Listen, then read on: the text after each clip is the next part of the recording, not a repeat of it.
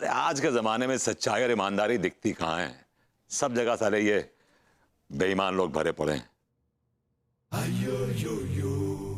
अच्छा सुन, मैं तुझे बाद में फोन करता हूँ अभी।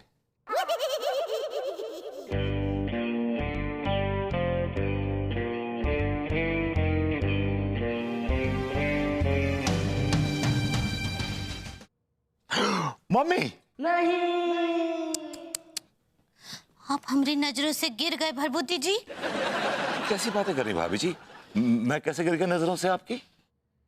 क्या किया अभी आप? हाँ, जमीन से क्या उठाया आप? मैंने ये 50 का नोट उठाया भाभी जी। किस हक से उठाया आप वो 50 का नोट? वो का आपका था? नहीं भाभी जी, मेरा तो नहीं था। हाँ तो फिर काहे उठाए वो नोट? मैंने ये नोट जमीन से इसलिए उठाया कि अगर मैं ना उठाता तो ये नोट अगर किसी शराबी के हाथ लग जाता बाय चांस, तो क्या करता वो इस नोट का? शराब पी लेता भाभी जी, राइट? हाँ तो आप क्या करेंगे?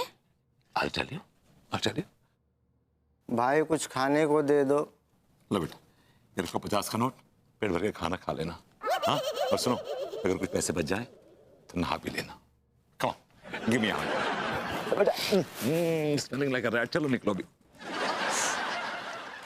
हाय दिया, अपना दिल ऐसा ही है भाभी जी। सारे भरभूति जी, हम आपको कितना भला बुरा बोल दिए। वो हमको कुछ समझिए, हमको पाप पड़ेगा सच्ची। आप तो बहुत ही ईमानदार इंसान हैं। It's all right भाभी जी, क्या मेरा दिल तो ऐसा है, मैं किसी को भूखा नहीं देख सकता भाभी जी। मैं तो अपने हिस्से का खाना भी उसको खिला देता हूँ। हाँ, हम देखे अभी आप कितने काइंड हार्टेड हैं। भाभी जी, आप हार्टेड बोल सकती हैं, काइंड नहीं बोल सकती। It's kind hearted. बस सही पकड़े हैं। सच्ची आपके अंदर ना बहुत ही अच्छा खून बह रहा है। पूरे मोहल्ले वाले मुझे यही कहते थे कि तुम्हारे अंदर कोई अच्छा खून है, तो this call me blue blood boy. अब ऐसे आपके पिताजी क्या करते थे? एक्चुअली भाभी जी, मैं तो बहुत छोटा बच्चा था, मुझे तो ज्यादा याद नहीं है, लेकिन बड़ी धुंधली सी यादें हैं कि एक बार कुछ लोग यानी कि हुजूम हमारे घर में घुस आया और मेरे पिताजी का मुंह काला कर दिया और उनको गधे बैठा के पूरे शहर में चक्कर कटवाए। और इतना थोड़ा बहुत याद आ रहा है मुझे, धुंधली यादें हैं कि नारे लगा रहे थे वो कि आहुति नारायण मिश्रा की कलम में आग लगे, आहुति नारायण मिश्रा की कलम टूटे, इस तरह के नारे लगा रहे थे। बस इतनी सी मुझे याद है। बस वेरी यंग भाभी जी। हम समझ गए वो का थे। क्या समझ गए आप? वो एक तो बहुत ही हॉर्निएस्ट इंसान थे।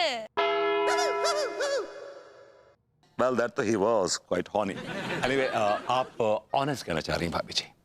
ऐसे ही पकड़े हैं, बहुत ईमानदार आदमी रहे होंगे। हाँ, और वो कहा है कि कोनो गलत आदमी के खिलाफ गवाही दे दिए होंगे, के लिए लोग उनके साथ ऐसा किए। क्या हुआ, क्या रो रहे हैं आप?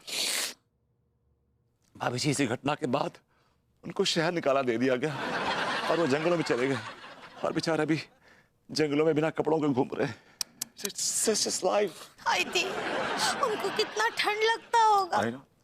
आपका कहानी सुनकर ना सच्ची हम बहुत हो रहे। क्या उल्टी आ रही है आपको? इतना नहीं, इमोशनल। आप इमोशनल कहना चाह रही हैं? ऐसे ही पकड़े हैं। वैसे आपको एक बात बताएं? जी भाभी जी। हमारे डैडू के एक दोस्त थे, वो भी बहुत ही बड़े टेररिस्ट थे। शराबी अंकल? मतलब अंकल के दोस्त आतंकवादी थे? आतंकवादी कहाँ से होंगे? कछु भी बोलते हैं। वो पत्रकार थे, बहुत बड़े। जर्नलिस्ट कहना चाह रही हैं आप? यार ऐसे ही पकड़े हैं। तो कहा है ना, वो भी बहुत ही ईमानदार थे। वो लोगन का पोल खोलते थे वो। हाँ, तो लोग ना उनके खिलाफ हो गए और उनका ही एक वीडियो वायरल कर दिए, जिसमें ना वो एक अपने से आधी उम्र की औरत के साथ रोमांस कर रहे थे। अभी जी, अक्सर ऐसा देखा गया है कि सच्चे और ईमानदार लोगों को रास्ते से हटाने के लिए ये गुनहगार लोग ऐसी हरकतें करते हैं। लेकिन भाभी जी, वो ये नहीं जानते कि जब एक पत्रकार मरता है तो 100 पत्रकार पैदा होते हैं भाभी जी, 100 पत्रकार। प्रभुति जी, हमको आपके अंदर अचानक से एक सच्चा और ऐसा ईमानदार अब पत्रकार नजर आ रहा है आपके अंदर। सच्ची थैंक्स भाभी जी, गिव मी हग। क्या बोले? सच्ची बहुत अच्छे। आई लव यू भाभी जी। हाँ, क्या बोले? भाभी जी को मुझ में एक सच्चा और ईमानदार पत्रकार नजर आ रहा है। अब मैं कपड़े पहन के आऊंगा तो आपको भी नजर आएगा।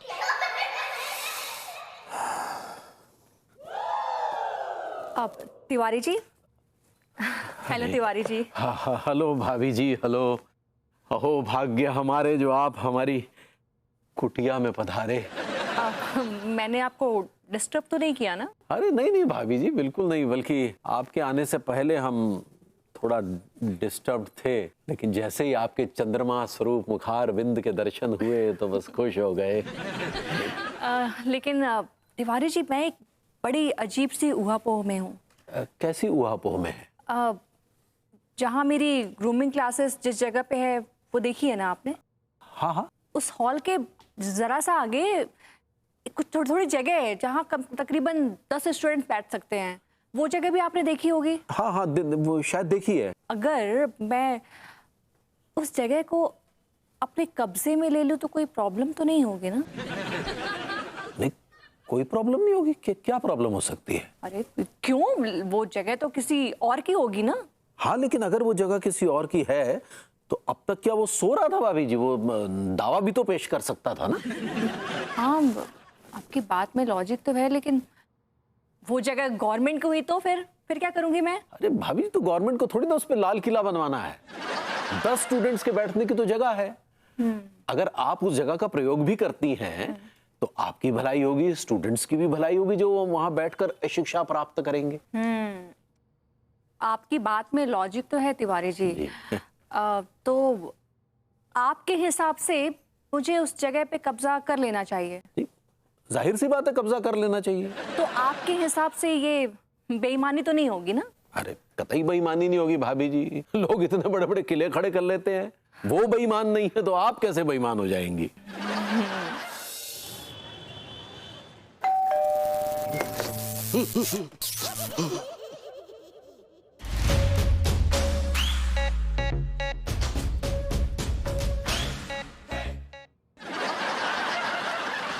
आपकी घंटी में करंट आता है जी। घंटी में से तो करंट ही आएगा ना। सीए साहब, बड़े दिनों बाद इधर आना हुआ है ना? हाँ, वो थोड़ा काम वाम में व्यस्त रहते हैं। कई बिजनेसमैन के अकाउंट्स देखना पड़ता है तो टाइम नहीं मिलता है आने का। चलिए आइए, अंदर बैठ के बात करते हैं। नहीं नहीं ठीक है। करंट नहीं, यहाँ करंट नहीं है। नहीं है तो वही है। ठीक। आइए आइए आइए आइए, तशरीफ रखिए। यहाँ करंट नहीं है, बैठिए। जी जी। अल्लाह के भैया कौन आए हैं? सीए साहब आए हैं पगली। हाय दिया। नमस्ते। नमस्ते भाभी जी। का लेंगे आप? आपको क्या बोले? मतलब भाभी जी आप जो कहेंगी वही ले लेंगे। ठीक बा, आते हैं। तिवारी जी, ये भाभी जी कहाँ मिल गई आपको? मिल गई मतलब? हाँ? क्या ऐसे ही घूम रही थी क्या? 7 फेरे लिए हैं जनाब। क्या मतलब 7 फेरे लिए तब भी आपको किसी ने रोका नहीं?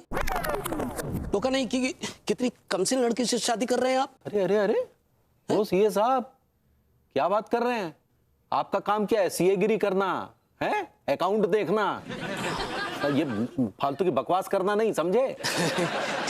सॉरी सॉरी सॉरी, बुरा मत मानिए। अच्छा तिवारी जी, कोई इनकी मौसी है क्या, यंग? ऐसा है, हम बैलेंस शीट लेकर आते हैं, आप चेक कीजिए और चलते बनिए। क्या बैलेंस शीट? जी। जिसमें हमेशा 0-0 ही रहते हैं। और थोड़ा जज्बात पे कंट्रोल रखिए। एक्चुअली क्या है, हमारे जैसे सीए को हायर करने के लिए आदमी की औकात बड़ी होनी चाहिए, और आप तो हमारी फीस भी अफोर्ड नहीं कर सकते। तो मतलब आप क्या यहाँ पर घुइयां छीलने आए हैं? नहीं नहीं नहीं, वो क्या इधर से गुजर रहा था तो सोचा भाभी जी के हाथ की चाय। ये लीजिए गर्मा गर्म चाय। 1 मिनट पगली, रुको। तुम जाओ जाओ जाओ। ठीक बा। अरे ऐसा है सीए साहब, जब हमारी औकात आप जैसे बड़े सीए को रखने की नहीं है तो आपको चाय पिलाने की हमारी औकात भला कैसे हो सकती है? तो जिन पाँव से आप चल के आए हैं ना, उन्हीं पाँव से वापस लौट जाइए, आपको यहाँ कुछ नहीं मिलेगा।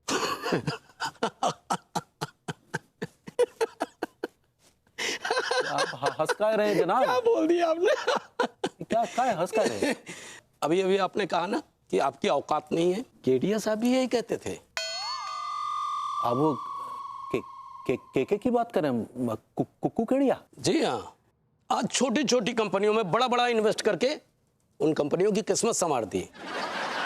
आपने मलुका अंडरगारमेंट्स का नाम सुना है? हाँ, वो जिनका वो मलेशिया में कारोबार चलता है भाई। जी हाँ, आज मलुका अंडरगारमेंट्स जो कुछ भी है सब केडिया साहब की वजह से है। उसमें बड़ा इन्वेस्ट किया है उन्होंने। ये लीजिए गर्मा गर्म समोसे।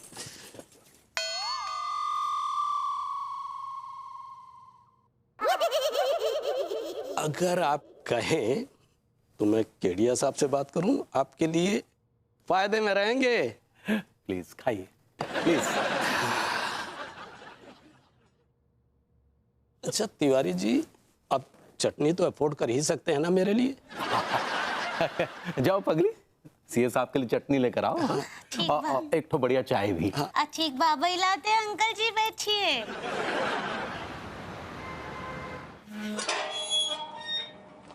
सेठ जी तुम मेरी तनख्वाह। क्या कह रहा था मेरे बेटे? हा। क्या कोई नया तेल इस्तेमाल कर रहे हो सेठ जी? तेल? हाँ, क्योंकि ये खुशबू तुम्हारे सर पे लगे चमेली या बिजनौरी तेल की खुशबू से कई ज्यादा गुना अच्छा है। अरे ज्यादा बकवास ना करनी, ऐसा रैप्टा देंगे ना सूंघने की शक्ति समाप्त हो जाएगी।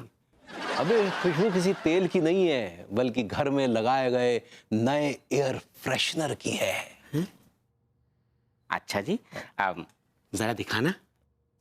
अबे वहां नहीं क्या? अच्छा, ओह ये है Godrej Airmatic automatic air freshener. इसकी खास विशेषता ये है कि यह स्वचालित, सुगंधित और खुशबूदार फुहार घर के वातावरण को सुखमय बनाने के लिए वितरित करती रहती है।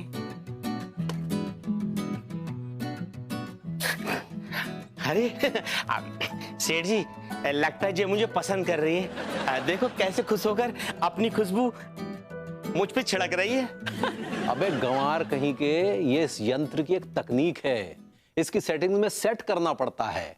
जैसे हर 10, 20 और 40 मिनट के अंतराल में ये घर को खुशबूदार बनाए रखने के लिए ऑटोमेटिकली स्प्रे छोड़ेंगी।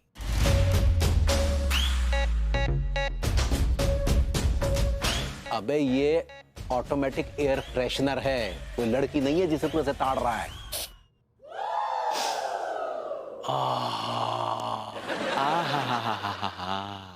अगर रूम बोल पाते तो गोदरेज एयरमेटिक ही मांगते।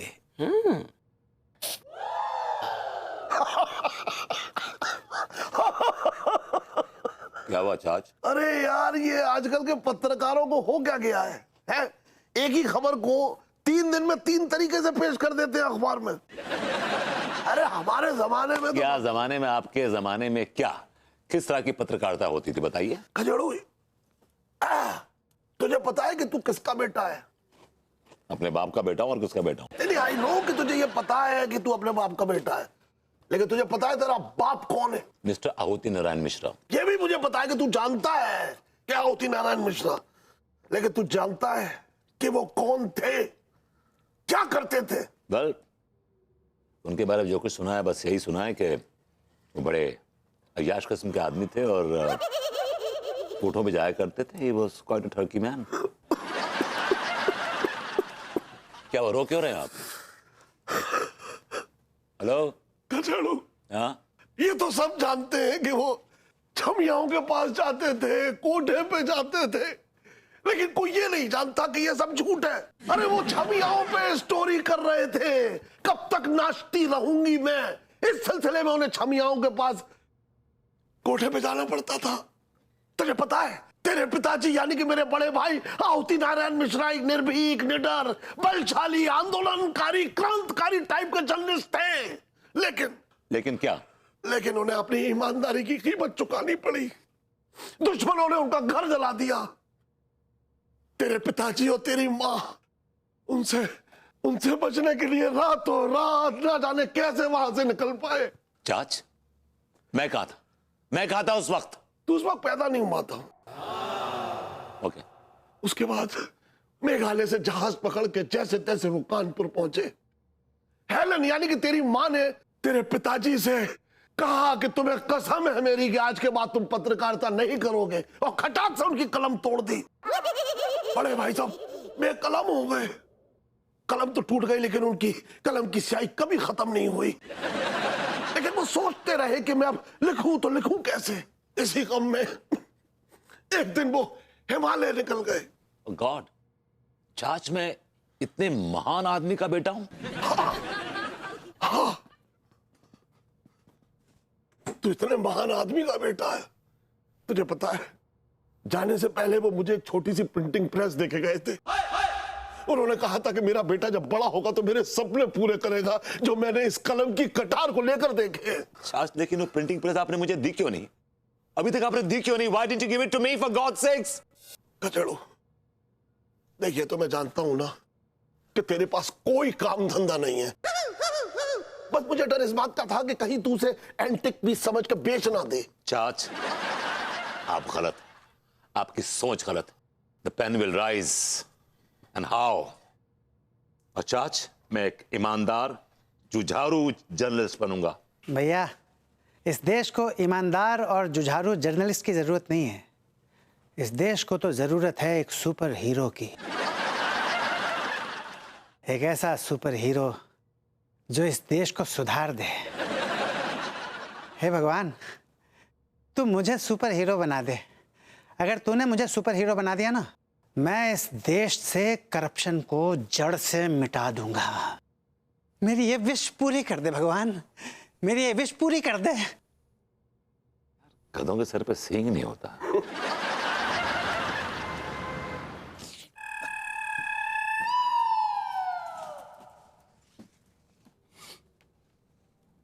अनु, तुमसे मुझे एक जरूरी बात करनी है। पैसे चाहिए होंगे और क्या जरूरी बात करनी होगी?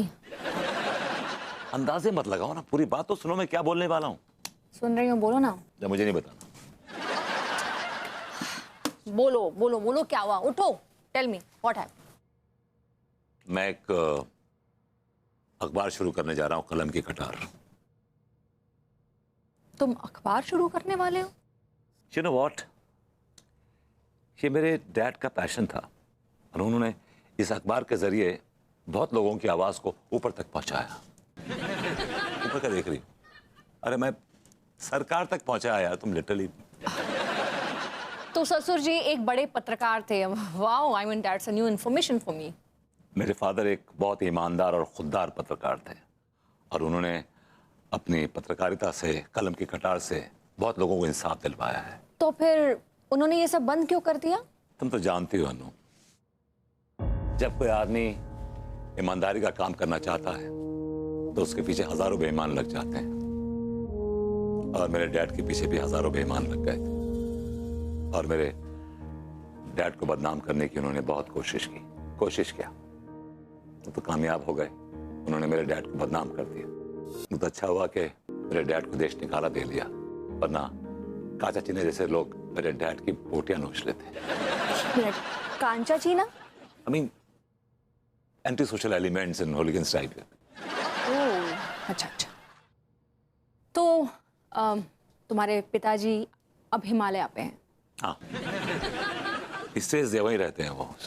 और तुम भी उनके साथ हिमालय पे जाके रहना चाहते हो? ये कैसी बातें कर रही हो? मैं क्यों जाऊंगा हिमालय? बल्कि मैं तो यहाँ पे रहकर अपनी कलम के कटार के जरिए एक नई क्रांति लेके आऊंगा। What is talking? एक मिनट, अगर तुम्हारा भी हाल तुम्हारे पिताजी जैसा हो गया तो अब मेरा क्या होगा? And listen, I can't come to Himalayas with you. मुझे बहुत ठंड लगती है, आई कांट सर्वाइव देयर। बस मैं बता रही हूँ।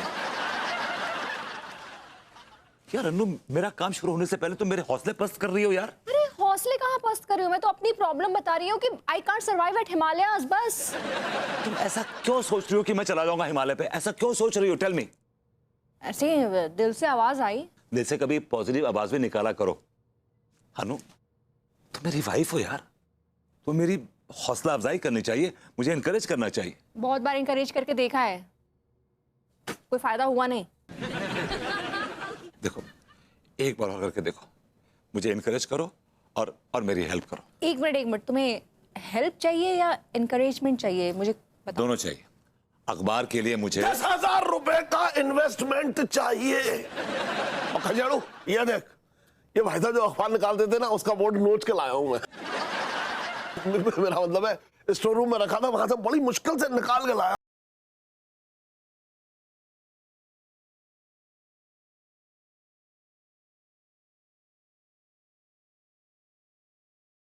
बात बताइए, आपको क्या लगता है कि विभू ये कलम की कटार चला पाएगा? नहीं, अकेले तो नहीं चला पाएगा।